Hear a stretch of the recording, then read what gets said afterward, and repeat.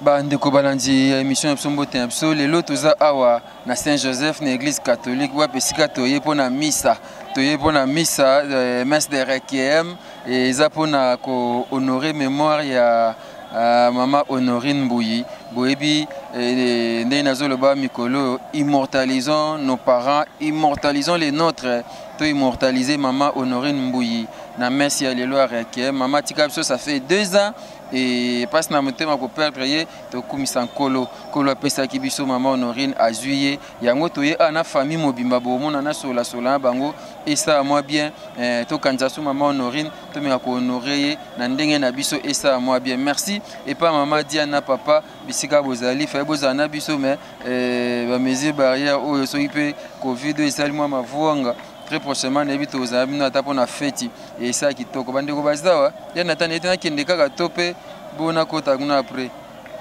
voilà on peut aller natan ki futa toza bandeko awa bakoko Maman Honorine bandeko ya Gloria. Ouais, bonsoir. Bonsoir papa. Nalina loba mes condoléances makambo iseleka na okala boni. Bien papa. Lelo tozo ça la messe ya requiem pona mémoire ya Maman Honorine Mbouyi o atika biso. Yona Maman Honorine Bozende. Aza koko mais pas nanga aza maman. Po yende abokoli ngai depuis nazalaki mukie. Tine na komi mwasi boye donc pas nanga aza koko te pas nanga aza maman. Donc maman bokoli kitoko, ti okomi boye seki abokoli kitoko. Ah oui hein. Journée lelo pona yo eza ni. Bon pona ngai na koyi koloba po akufaka le 21 août moi tozali donc lobby de mukola kufaki. Bon c'est triste hein, de l'avoir perdu et bon la vie continue hein. Tokoyi kolela tout comme tokoyi kosepela bon nyonso kana maboko nzambe na koloba mawa te sengote mais donc na ebite ni na kokoloba. Zomi ko honorer mémoire na ye ya solo tika biso et za pasi mais azai na biso a kolisi bana neti bino ba ya misusu donc to immortaliser na vidéo ya lelo. Ah oui ndeti ngane na ko ba témoignage na ye oya ya mingi oya sali non pona ngamo ko nanu ko bokola mutu depuis mukie oyo na yebaki mama na ngate lelo tindenge na koli na komi mwasi munene boye donc grâce ya ye nde na telemi boye donc grâce na ye asali mingi pona ngai donc ya lelo ezaka ko senga kana nzambe aya molimo na ya pe masusu na kimia lisusu. Merci beaucoup Yaya, bonsoir. Bonsoir papa. Kombo nani? Tansia. Nani? Tansia. Yebisa biso na bozande na Maman Honorine atika biso. Aza koko nanga o aboti mama nanga mais yende mutaboko linga tina na zabo eza pona ye yende mutaboko linga. Lelo to na messe de requiem et ça liona ndenge nini pona journée. Oui, et ça linga esengo moi mawa muke moi ti donc nazo kokate donc na ebite ce journal lelo nde akufa keza eza lelo donc esanga kaka donc et moi esengo mawa donc na ebite so na lobani donc pas nanga za lokwa maman. To honorer ka mémoire na. Ah oui hein, bien sûr, to honorer ka mémoire na et tout ça là. Merci beaucoup Yatansi. OK, merci beaucoup.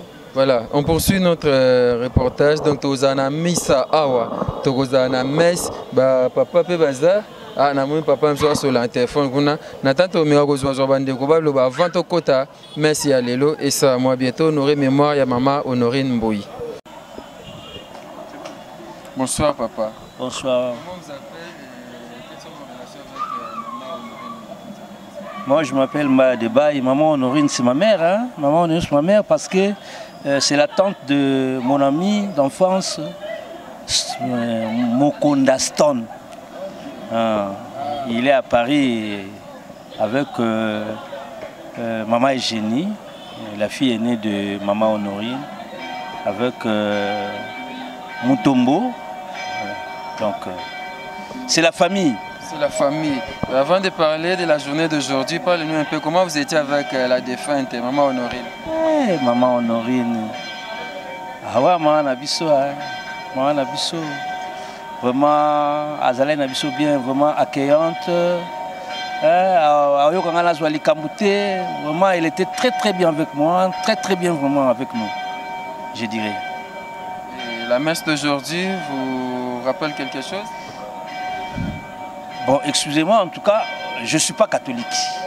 Mais si je suis venu, c'est parce que je tiens à être là, parce que cette maman-là, elle est la mienne. C'est pourquoi je suis venu. Je suis venu l'honorer, je suis venu assister à la messe comme tout le monde. Nous devons honorer la mémoire de maman Honorine. C'est justement ça. C'est pour ça que je suis ici. Merci beaucoup. Merci. Bonsoir papa. Bonsoir. Comment vous appelez et quelle était vos relations avec maman Honorine? Bon, moi, on m'appelle Baudouin Mamois. Je suis le petit frère de Jean Mamois. Alors, maman Honorine, c'était, comme on dit, maman Bokilo, parce que sa fille, la pauvre maman Léonie, était mariée avec mon grand frère Jean Mamois. Voilà. Et comment vous étiez avec maman Bokilo, avec maman Honorine? Très bien, très bien. On se côtoyait de temps en temps, on parlait et puis bon, on a vécu ensemble depuis très longtemps. Hein, depuis qu'on se connaît, depuis qu'on se connaissait, en tout cas, je ne sais pas moi, ça pouvait faire une quarantaine d'années comme ça. La messe d'aujourd'hui vous dit quelque chose? Oui, la messe, on a dit que c'est pour sa mémoire. C'est pourquoi nous sommes venus répondre à ça et puis commémorer l'anniversaire de sa mort. Merci beaucoup. Merci bien. Papa, moi papa. Bonsoir papa. Bonsoir papa. Oui, bonsoir. Tu es sur la bonne maman Honorine Atika Bisso, des ans, souvenir ni aux ans maman Honorine. Bon, maman Honorine qui belle-mère Nanga, c'était une femme très gentille, très joviale, toujours bien avec les gens, et très chrétienne. Voilà. Maman Honorine Atika Bisso, des ans, le lot à la messe et tu honorer mémoire naï. Pardon? Il faut honorer mémoire à maman Honorine. Oui, tout à fait. Tu es honorer mémoire naï la messe, action de grâce à pourquoi les lois. Qu'est-ce que vous pouvez dire à la famille, bande de à Poto, un peu partout, peut-être dans la vidéo? Bon, tous à la messe, hein? Maman Tika Bisso il y a 2 ans. Tu salais les messes. Semaine prochaine, tu auras la pause à Pierre Tombal. Ndenga zaki mutu ya malamu makamunyo sope olikaka malamu bino pe kuna ndenge bo sala ezala pe malamu car le voilà exercice alia. Merci beaucoup. Merci. Voilà, je pense que si ma papa to kota po messe banda kalate to kota na Ecclesia catholique na Saint-Joseph awana matonge to la messe pour na honorer mémoire ya maman Honorine Mbouyi. Action de grâce, Tokoum Sankolo, maman Azaki fidèle catholique. Azaki Koyana paroisse ne awana tonge bongo Tokoum Sankolo Soumasi à Nazareth et Kozala Maalamu Mingelonga nataki futa tokota na misa lelo. Jiken lisus. Mama Jiken tatu tokota misa Jiken aye. Jiken ah nena lo bamvoiti te. Bamvoiti te. To église. Messe ya Bokilo ye mwana mobali bala petite sœur nanga donc après ça biso mbongo longola biso soni José Mutombo wana tata na bana penza ya wana ye penza donc nako ko police équipe te wana ye penza si c'est la messe bane fona betati na mwana litonge avait beaucoup là-bas kaka mangro koto entre deux quand ça peut faire beaucoup au vivre la maman te kasi merci beaucoup bien moi on avait beaucoup là moi litonge qu'on comprendre donc tozokota na biso messe aline le bata après bonsoir papa yo bon voix tite. Oh, nambuati tete yomoko. Oh, mona te mana mbuati. Oh, yebisa bisona nous, maman Honorine ozo kantia lelo et vous ende. Vraiment maman Honorine azaki koko pona biso nyonso. Azalaki maman pona ba koko na ende ti ba Gloria, ba Tonsia, maman Honorine azaki lokwa maman na bango. Mais pona biso nyonso boye, maman Honorine azaki lokola koko na biso. Donc maman Honorine azaki maso komi na ndako. Mon liboso ya bandoko ya mbela ki koko oye wana vraiment des phrases bande koboma biso yangwana donc maman Honorine okoya ata sikoyo aotuna okoko oye soko bimili banda oye akozongela susu koko oye donc akotuna yo akobandela ngo autant de fois akotuna okombo autant de fois surtout era komai na suka vraiment aza koko oyo ça va okota déjà mais ces obanda on doit aller vraiment aza koko oyo vraiment donc surtout za lelo toza na esengo makasi ya koya vraiment ko assister na messe na eti kokende na. Merci beaucoup. Peut-être que tu as Simaya Missa. Nous avons Missa pour maman Honorine est catholique. Merci beaucoup. Merci beaucoup. Il faut que tu aies Sambela. Au combo à tata pe à moi na pe limo santo. OK.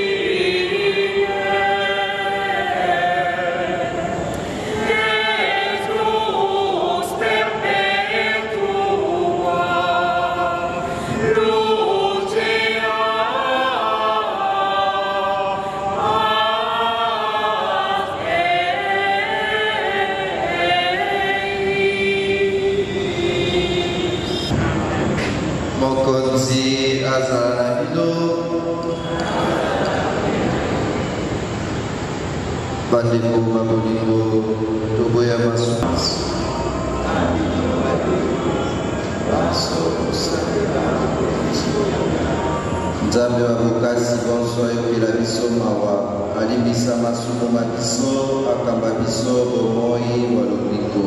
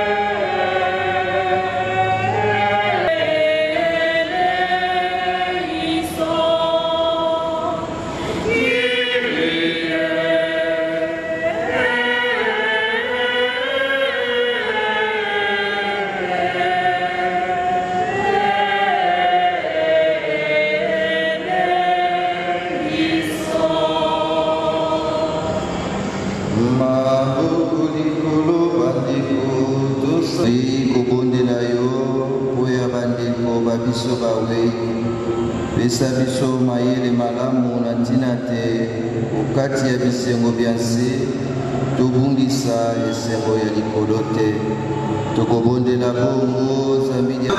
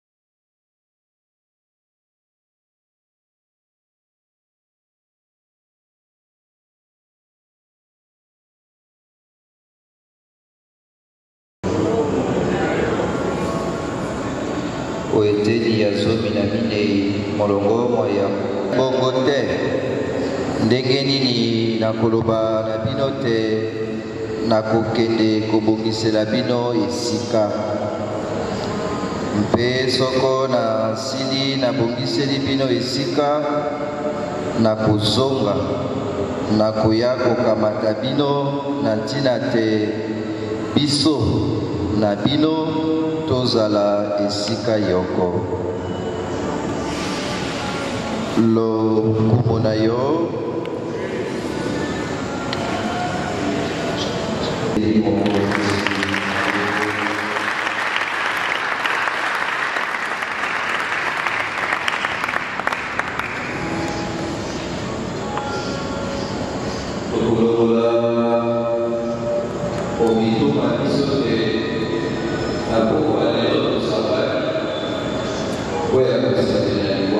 sipo ya kosepela kokumisa nzambe na bomoi oyo apesaki boko bandeko babiso moto na moto na oyo aye ndeko basusu bakokanisa tata basusu mama basusu mwana basusu tata mwasi oncle mpe bongo na bongo tosangani mpo ya kolakisa boyambi bwa biso koloba te la mort n'a pas le dernier mot epai ya bandeko babiso zambi na Christ oyo awaki mpe asekwi tozwi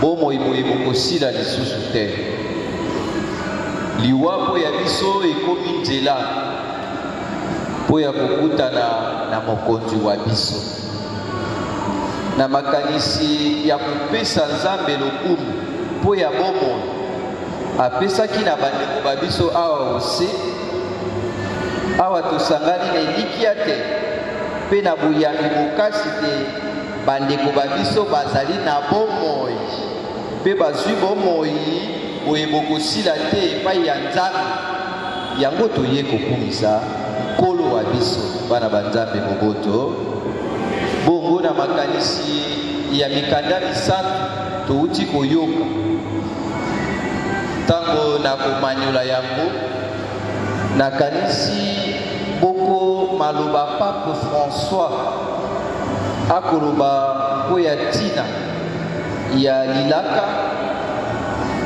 oyo ezali situation ekopesaka biso pasi ekozokisaka mitema ya biso alobi boko maloba ya motuya mpe ya kilo yango nalingi te tokanisa tokundola yango mpo te esalisa biso toyeba nini tosengeli kosala nini tosengeli kozala litaki ya moto yokiwa kasi tosengeli koyeba tozali na ino na mopembo nous avons une mission biso bato totikali ekotalisa te bomoi nzambe apesi biso pamba te tozali na mosala tosengeli kosala na bomoi bona yango litaki ya moyoki bakorapele biso te mokili ngonga mpo ya makambo masi mpo ya kobotama mpo ya kowa mpo ya konona mpo ya kobuka mpe bongo na bongo mokili ngonga tozali bato tozali na eno na mobembo boye awa na mokili bongo moto na moto asengeli komiyeba mpe koluka koyeba te ntina nini nzambe apesinga bomoi ntina nini alingisi te ngai nazala na eno te lelo oyo misio ya ngai na mokili moye ozali nini nasengeli kosala mpe nini nzambe azali kozela te ngai nasala bandeko babiso batiki biso bakokisi ya bango mosala ndenge santu polo akoloba wana na Timote nabundi etumba yanga malamu nasukisi mobembo nabebisi boyambi te ils ont fait leur part basali ya bango mosala nzambe apesaki bango na lolenge oyo basaleli yango wana biso atoyi kokanisa bango balingi kotalisa biso nzela mpe biso tokoleka bongo libakuli nzenga te moto na moto amituna mosala mwa ngai oyo nzambe alingi te nasala ezali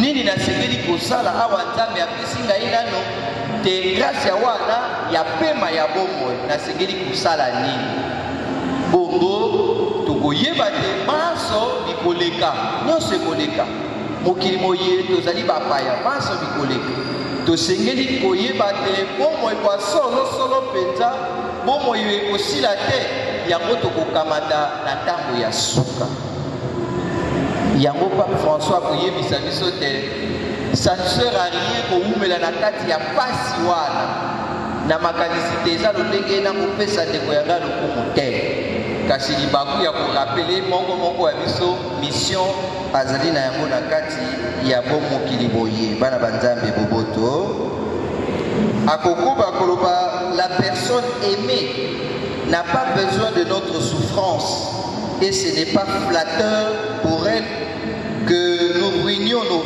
vies. Ce n'est pas non plus la meilleure expression d'amour.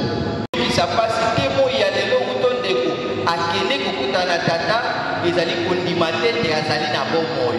C'est nier l'existence naïe, fille à Sikao Nzabe, à Pessie. Yango tokolingaye. Dès que tolingaye, awazaki na suni. Tokokuba kolingaye na toto ya kebo azuana. Bongo tokobipesa pasi te ekozala po ya biso libaku te awa totikali moko abongisa ya ye mobembo zabi ntango liwe ekokamata biso ezala na moi ezala na butu tokobanga eloko te tokoyeba te tozali na esika tozali kokende tokobungisa masoki moke te po aza matoi makoyoka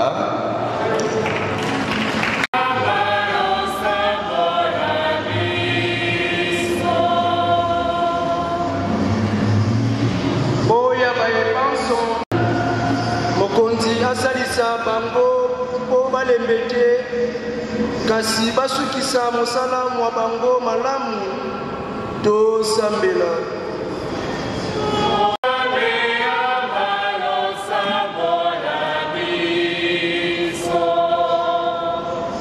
oya bandeko babiso bawe na boboto mpe basepela omboka ya yeseko tosambela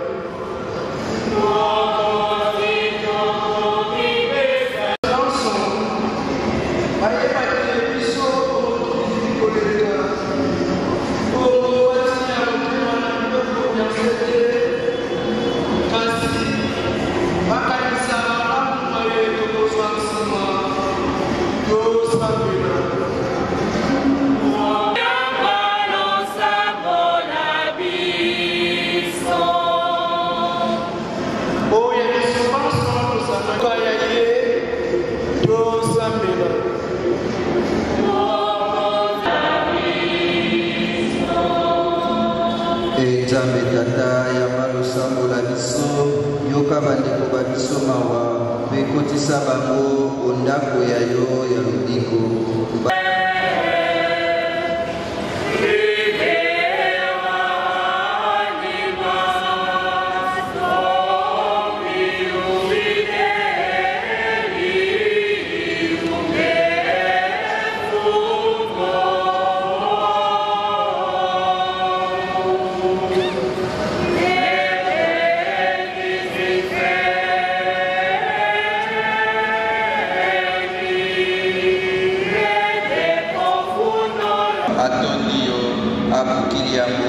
apesi baye kulibaye alobi kamatani bolia yango bilobasi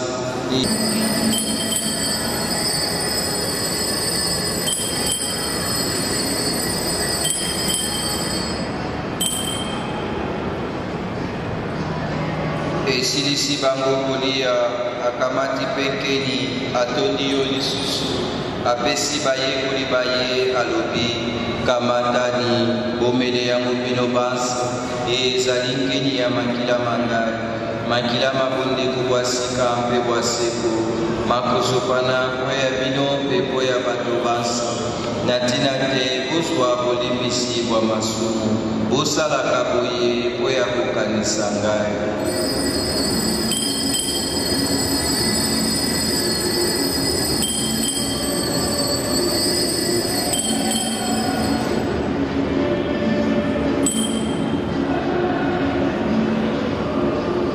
mokonzi Yesu tokoyamba soro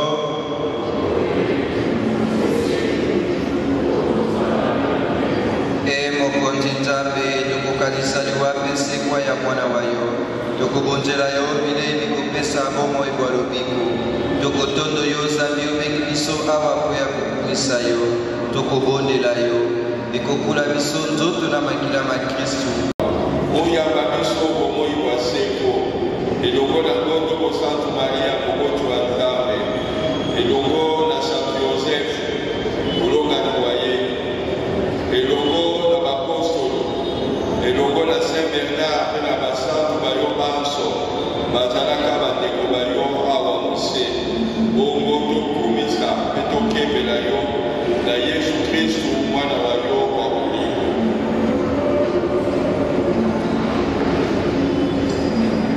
oya Kristo elongo na ye mpe okombo ya ye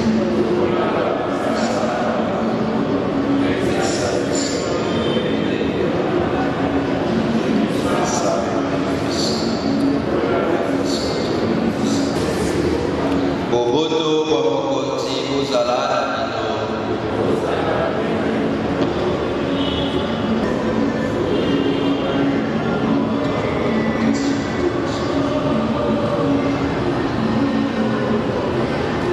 bandeko boboto bondeko sika lokono etango etokulaka nzoto na makila ya mokonzi bongo bayeba mindengeli mpenza te babeleme te bayeba zaye ya bakatolike mpe te babeleme te kasi bamibongisi malamu mpe bamindengeli malamu nde bakoki kobelemela limemia bomoto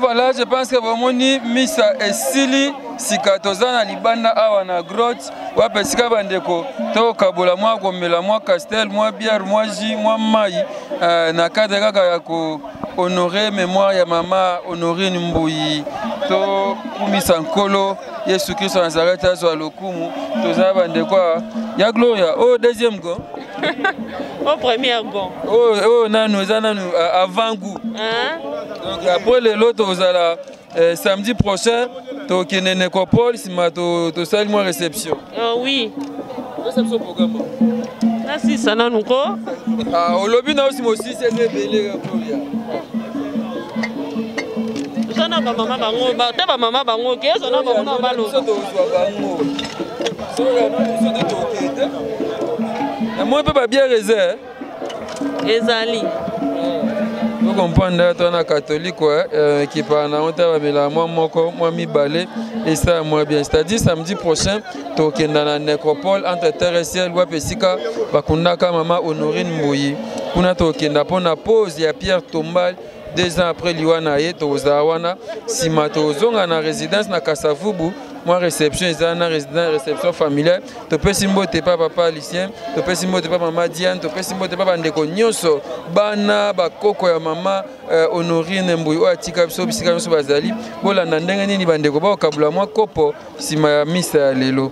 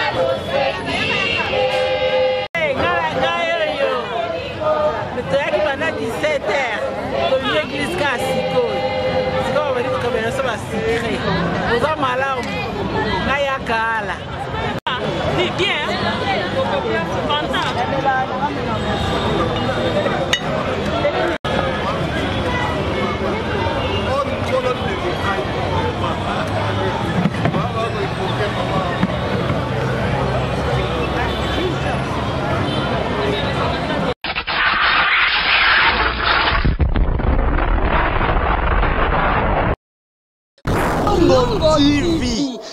Kilongo TV. Bon s'abonner. Ebele. Mikolo, solingi o s'abonner. Obetika point. Kilongo TV. Kilongo TV. Bobetobe bokotobe na YouTube. Bobetobe Kilongo TV. Po Kilongo TV. Bokomona maijane. Oh Kilongo TV. Kilongo TV sene moko ebotami Kilongo TV bokomona makambo ya minene mpo yasa ka baviko le kabatunyaso Kilongo TV